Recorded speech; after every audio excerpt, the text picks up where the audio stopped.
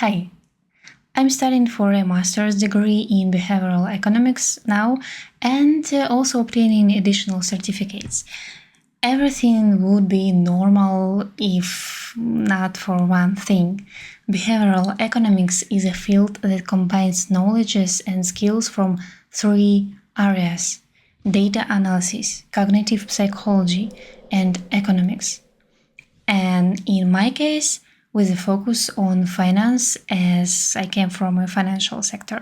You can imagine the amount of information and interdisciplinary skills that need to be mastered. In addition to studying, I'm also working on my projects and trying to have my personal life. It seems I have more or less figured out how to survive and not go crazy with such as great big workload and still acquire the necessary skills rather than just run through the topics and forgetting everything. Today I'm sharing with you my observations and tools that helps me in my learning path. And you please share your life hacks. I will be glad to hear your ideas and advices. Go. More passion, more passion, more passion, more energy. The first point is quite trivial, but extremely important. You must like what you are learning. And here I would like to say what I would have said to myself at 16 years old. Be brave. If you are very interested in, for example, finance or chemistry, but you realize that you don't have enough skills or knowledges, don't give up on your dream. If this inner spark has already ignited, there are two options. One, you really may not have enough skills. Then you need to understand what specifically to work, for example, mathematics or history, and set a goal to raise your level in order to enter where you want, possibly next year. The second option is that you think you do not have enough skills or knowledges to enter somewhere, but in reality you can do it. In this case, consult please with professionalists and from your field. Ideally, find a mentor or teacher who will give you feedback and show your real level. The main thing is that they are from your own field. Another point that is somehow not talked about: when you choose a field, it is not necessarily that you will like absolutely everything in it. For example, musicians do not necessarily have to like performing on stage, but they like creating music. If you don't like doing something, you need to understand what exactly. In finance, I don't like creating financial reports, but I really enjoy reading them and looking for some inconsistencies, comparing behavioral patterns, etc. It's like a detective story, and to do it well, I still need to know the details on how to combine them. So I get interested in what I love and study what I don't like at all. An important point: you must like how you do something. You need to focus on this and go towards. If you are an actor, how you perform on stage. If you are an artist, what paintings you paint, what exactly you do, and so on. Actively press on the points where you are interested. And here, in order not to fall into perfectionism, we move on the next point. Learning is a challenge and a long journey. Small, uniform, regular steps give greater results than spurts. The compound interest principle works in life as well. Therefore, to keep yourself on this path, celebrate each of your small steps. each small victory. Buy a cake for a good grades, even if it is just another one. Do something very pleasant for you. When we celebrate our achievements, even small ones, our brain releases dopamine, serotonin, endorphin, neurotransmitters that are responsibilities for motivations, stress reduction, etc. This creates positive associations with the learning process and encourages us to continue moving towards our goals. Also, our reward system reinforces behavior patterns that are useful for survival and development. We program ourselves to continue learning and achieving success. Also, by celebrating intermediate victories, we focus on the process, not just the final result. This helps maintain motivation in the long term and not burn out emotionally and be resilient when external stressors appear.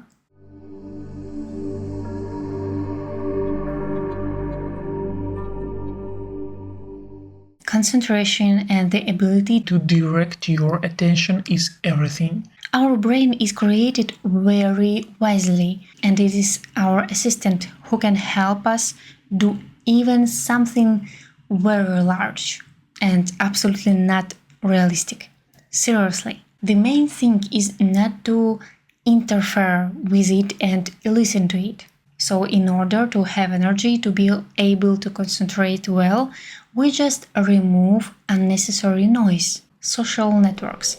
If you want to create, you don't need to look at templates. I've been experimenting for 5 months now, doing a new experiment every month, not eating sweets for months, not watch shorts and reels, and honestly, when I removed YouTube, it gave me so much more attention and energy. I recover faster, I concentrate faster. I can say that before I had big problem with this, but I feel a clear difference. What to do instead? After all, in the 21st century, not looking at social media and channels like YouTube, where everything is live, is unrealistic. So I did this. Once a week, I can go to YouTube, download one or two most interesting videos and watch them. But not just watch, but sit down with pen and paper, draw conclusions, and translate them into actions. What did you learn from the video? What can you do after watching it? The last time, for example, I watched an interview with an ophthalmologist who wrote down what is better to do for our eyes, and I'm doing it. That is, you didn't just watch and forget, but watched and did something. You tried something new. I felt that the main thing is not to get stuck. There is a lot of useful information on YouTube. For example, if there are questions about the professional things or something specific, like an example, I'm very interested in motor protons or something from Python that I can't decide what to do. An example, it is important to watch here so that the information is better absorbed. So I go it and watch, but by the rule, only on the question I asked before. I don't pay attention to anything else, even if it is very interesting. People with whom you are not interested. People change in life. Very few people remain by your side throughout life. Maybe this is normal. The main thing we can do for each other is support and interesting, pleasant, quality time for both of us. If you realize that you are losing energy after communication or feel depleted, then these are most likely not your people. There is nothing terrible in this. When we are burning with our business or just life, open internally to the world, such people are attracted to us, with whom it will be interesting, with whom you will want to communicate because you will change each other. And also it is customary for each of us to want to share something interesting or something happened and you have to tell somebody. The Global Risk Report emphasizes that false information can undermine trust in institutions, contribute to social polarization, and even influence election results in different countries. We Ukrainians already know about this. The problem is that we often remain in an information cocoon, not seeing alternative opinions. This can lead to people starting to believe in false statements. A search engine and social media algorithms reinforce these beliefs, trying to keep their attention. And it's not just about algorithms. For example, if you tell someone many times that the earth is flat, over time they will start to doubt whether it is really round. Therefore, it is important to learn to ask questions and identify in your field what really works and what doesn't. Refuse simplified concepts of good or bad. Usually everything is a spectrum. Choose solutions and information based on the specific situations, consequences, and resources. If you already have deep knowledges in your professional field, for example, in psychology, you don't need general motivations video or books. They will simply not be interesting to you. Instead, look for content with matches your high level of expertise or watch materials that correspond to your professional level.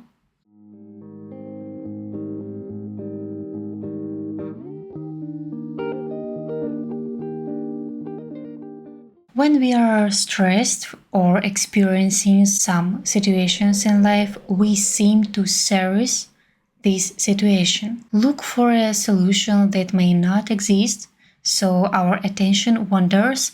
We focus on that cause stress, consciously or unconsciously, so we have to ask questions. What can we do to reduce stress and free up energy? Sleep. 8 hours of sleep per day. I probably talk about sleep on the channel and in life to everybody. Try to sleep 8 hours a day for at least 1 month. You may find that you are a completely different person that you are not even familiar with. Nutrition. I am not a nutritionist, but for myself, I have chosen this rule or scheme. I have to eat 3 fruits, 3 vegetables, and portion of berries and nuts per day. This is not the ideal menu, but this template works well for me. Physical activity. 10,000 steps is a myth, but a useful myth. Walks in the fresh air or cardio training can increase concentration and overall health. Routine. Your personal morning or evening rituals give us a sense of calm, stability, and predictability, which is especially important in a fast-paced world. For example, starting the day with a morning workout, a glass of water, a walk in the fresh air, and then enjoying a favorite coffee can become a moment of focus and charging energy for the whole day. Such simple actions help reboot the brain, prepare the body for new challenges, and establish a positive mood. Music. Music during learning or work can become not only a source of inspiration, but also a means to increase concentration. There are many videos for both learning and focusing attention to sweeten your taste. Use this powerful tool. Energy is a currency. This seems like a very obvious idea, but I've been aware of it for a really long time. While working on my schedule and productivity, I realized each day we wake up with a certain amount of energy that we can spend throughout the day or exchange for something. Several times a day the energy drops and it would be good to have small recharges during the day. such as routine tasks, and large recharges, such as emotions, interesting experiences, interesting conversations with people, whatever personally charges you up. Track yourself and write down 20 ways to recharge your energy or consolidate energy within yourself. For me, this includes reading a book with coffee, taking a walk while listening my favorite music, doing puzzles, observing natures. What are your ways to restore your psychological energy? What I have observed is that some people underestimate the importance of atmosphere. Just for a moment, disconnect from something and immerse yourself completely in the here and now. For example, in a romantic atmosphere with a loved one. Be in the sky for 5 minutes. Absorb the atmosphere of nature, peace, harmony. Just sit and watch a sleeping cat. Feel its atmosphere of comfort. Lie in a bed with your favorite colored bedding.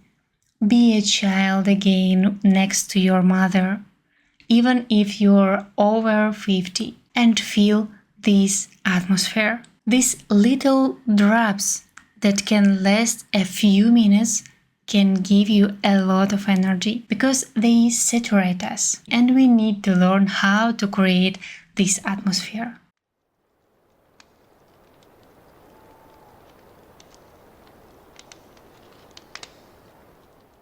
Use techniques, Pomodoro techniques.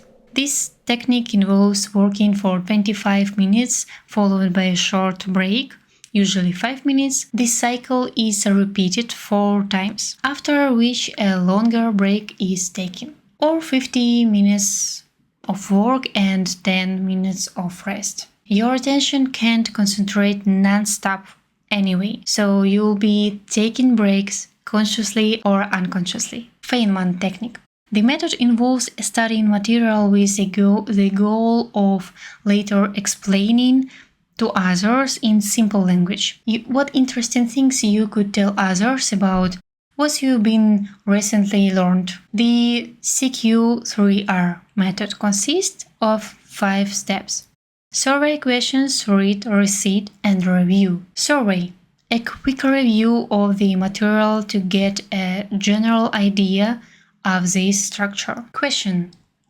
Formulating questions about the text before reading it. Read. Careful reading to find answers to the questions asked. Recite. Retelling the learned materials in your own words for better memorization. Review. Rereading and reviewing the material to consolidate knowledges. Visualization.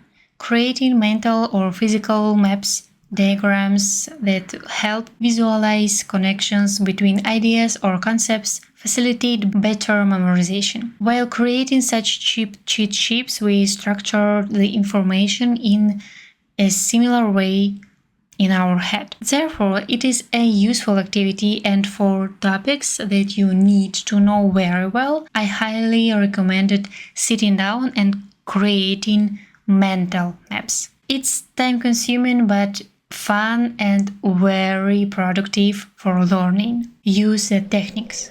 Set reminders to think about a topic you are currently studying. If you remember a topic 3-5 times a day and just think a little about it, you will assimilate it more thorough. It's better to take notes in Excel. On a tablet, you can nicely stretch what you're learning. On Pinterest, there are many cheat sheets on any topics.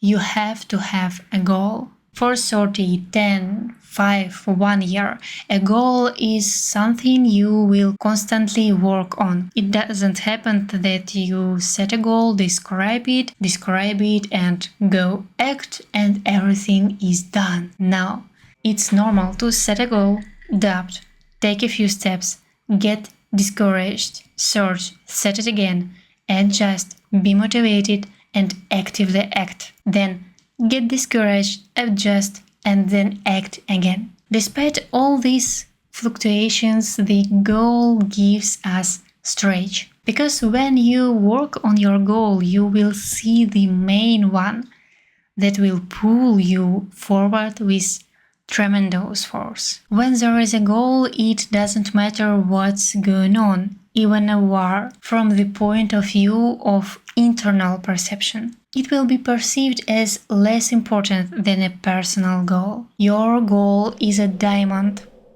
that you polish, and it will shine only after purposeful, regular work. Notice the Nobel laureates, businessmen, and other. In most cases, all the luck is hard work that is not even visible externally. Goals greatly depend on your values and your understanding of this value. There may be many values on each person, but the main 3 or 5 will be the leading ones. They help us make key decisions. To understand your values, look at all the values and then comparing one with another, choose the most important, and so on until you have a list of your most important values. And also to understand more about your personality, inclinations, there is an excellent test that I think you will like, the 16 personalities test. I'm critical of all tests, but in my opinion, this one will be more or less useful. Have a daily schedule and organize your home office if you work or study from home. I have studied and explained how, according to science, our daily schedule should look. And now I also adhere to it, slightly adapting it to the workload.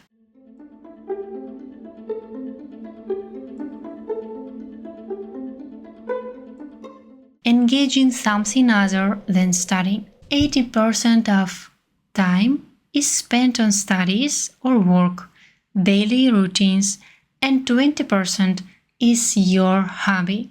Be yourself. When you go into professional activity, study, integrate into this environment, you will definitely meet different people who will be better. And this can influence and destroy even more than watching super successful, ideal people in expensive houses and luxury lives on social media. Someone will have a phenomenal memory. Someone will calculate like a genius. Someone will do something different than you. Keep in mind that every person has their own talents. They don't necessarily have to be the one that we all know, like fast memory, brilliant chess playing. The main thing is your outlook on life. It is unique and it's worth focusing not on the fact that I am not like everyone else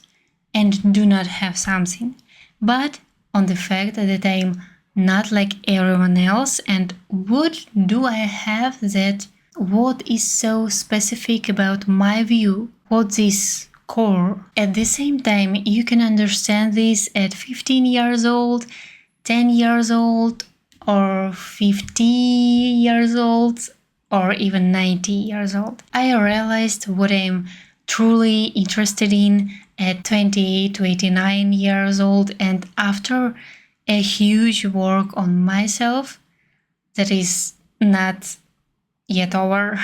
Therefore, being yourself is important, and how to be yourself you will most likely study all your life. If you are also studying a rather complex profession with many interdisciplinary intersections or dual degree as is now fashionable, when you are studying a complex interdisciplinary profession, it may seem that you need to know everything, just everything. But this is not only impossible, also psychologically exhausting, because no one can know everything. It seems that someone knows everything. If you see that someone knows everything, this is more an exception than a rule, so please take a little breath, if you had this tension. Prioritize knowledge. What do you need to know perfectly? And where do I need to have an average level of knowledge? And where do I just need to be oriented? For example, in medicine, the ideal knowledges of diagnosis protocols, the average analysis of research data, the approximate general information about related fields. This will help you focus on the most important and not overload yourself with secondary information. If you have an interdisciplinary profession, it's even simpler here. Everything will be interlinked, echoing each other. For each level of priority, determine exactly what you need to know and be able to do in it. I need to be able to work with data for what purpose? For example, for the ideal level, the ability to analyze research results, economic data, visualize the data, conduct simulations. I'm not going to program or develop applications. So I'm just not going to practice implementing these tasks. Limit technical tools. Choose those that are really interesting to you and useful for your profession. Don't try to master all possible technologies and tools. Choose a limited number of key ones that you will specialize in and discard everything else. It is also useful to do this in principle with topics in which you need to be oriented to know, not only with technical tools. So, what do I need to know perfectly? What do I need to know on average? What do I just need to be oriented in? Each of these points also needs to be detailed in order to understand what these levels mean in my profession. What I should be able to do, what tasks I should be able to solve at these levels with these tools. It is useful to ask your professors, curators, mentors, because as person who is just entering the field, you may not be aware of what is really needed or not. In general, it's simpler when you decide for yourself what you want to know, what you have to know, what you don't want to know, and what you don't want and don't have to know. You have to understand your area of competence. That's all. It's turned out quite concentrate. Thank you for watching. Share this video, please. Tell me in comments about your techniques, your advices, and see you next time.